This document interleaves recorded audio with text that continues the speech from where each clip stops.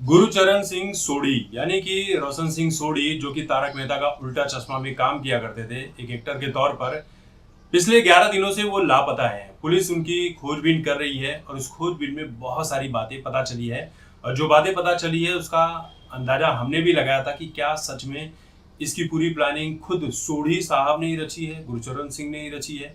ऐसी चीजें सामने आ रही क्योंकि पुलिस का कहना है, दिल्ली पुलिस का, कि ये प्लानिंग खुद जो है ये उन्होंने ही रची है। क्यों रची है ये तो नहीं पता, लेकिन जो चीजें बताई है जांच में उसे लेकर आप जो भी है अंदाजा लगा लीजिए। हम क्या ही कहेंगे उसके ऊपर। देखिए, पहले वो घर से निकलते हैं, कहा जाता है कि बहुत परेशान थे, बीमार भी थे, उनकी माता और उनके पिता भी बीमार थे। दिल्ली से निकले थे अपने एक दोस्त के पास। दोस्त ने भी कहा कि वो निकले तो थे लेकिन पहुंच नहीं पाए, दिल्ली एयरपोर्ट से ही गायब हो गए। किसी ने कहा कि चेकिंग करने के बाद गायब हो गए, किसी ने कहा कि चेकिंग की ही नहीं थी। फिर पता चला पालम एरिया में देखे गए थे, लेकिन फिर अब पता चली बात कि पालम एरिया में ही उन्होंने अपना मोबाइल फोन छोड़ दिया था, जिससे उन्हें ट्रेस करना अब मुश्किल हो पा रहा है। उसके बाद वो ई रिक्शा में बैठे और कहीं चले गए और ऐसा कहा जा रहा है कि उन्होंने दिल्ली छोड़ दिया और कहीं और पर चले गए। तो ये जो सारी चीजें दिख रही है, ऐसा लग तो नहीं रहा है कि उनका कुछ किडनैप वगैरह हुआ है।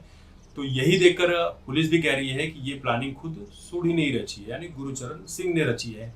अब असित मोदी जो है, उनका ये कहना है कि वो बहुत ही समझदार इंसान है, धार्मिक इंसान है, अपनी फैमिली का बड़ा ख्याल रखते हैं, अपने माता पिता का ख्याल रखते हैं। पैसों की प्रॉब्लम है ऐसा मैं मान ही नहीं सकता, क्योंकि लॉकडाउन के टाइम पर भी पैसों की प्रॉब्लम हुई थी, तब उन्होंने ऐसा कोई स्टेप नहीं लिया। कहा यह भी जा रहा है कि तारक मेहता का उल्टा चश्मा के मेकर्स ने उन्हें बकाया पैसे नहीं दिए, जिसकी वजह से वो परेशान थे। हालांकि मेकर्स का कहना है कि ऐसा कुछ भी नहीं है। 2008 से वो शो से जुड़े थे, 2013 में उन्होंने शो छोड़ दिया था, लेकिन उनकी पॉपुलैरिटी ऐसी थी कि फिर शो में लाना पड़ा। लेकिन उसके बाद 2020 में उन्होंने शो को फिर से अलविदा कह दिया। अब इस पूरे मामले में क्या है किसी को नहीं पता। जब तक गुरचरण सिंह सामने नहीं आते तब तक पता नहीं चल सकेगा कि ये प्लानिंग उन्होंने खुद रची है या उनके साथ कुछ हो रहा है। ये सब कुछ उनके सामने आने के बाद ही पता चल सकेगा।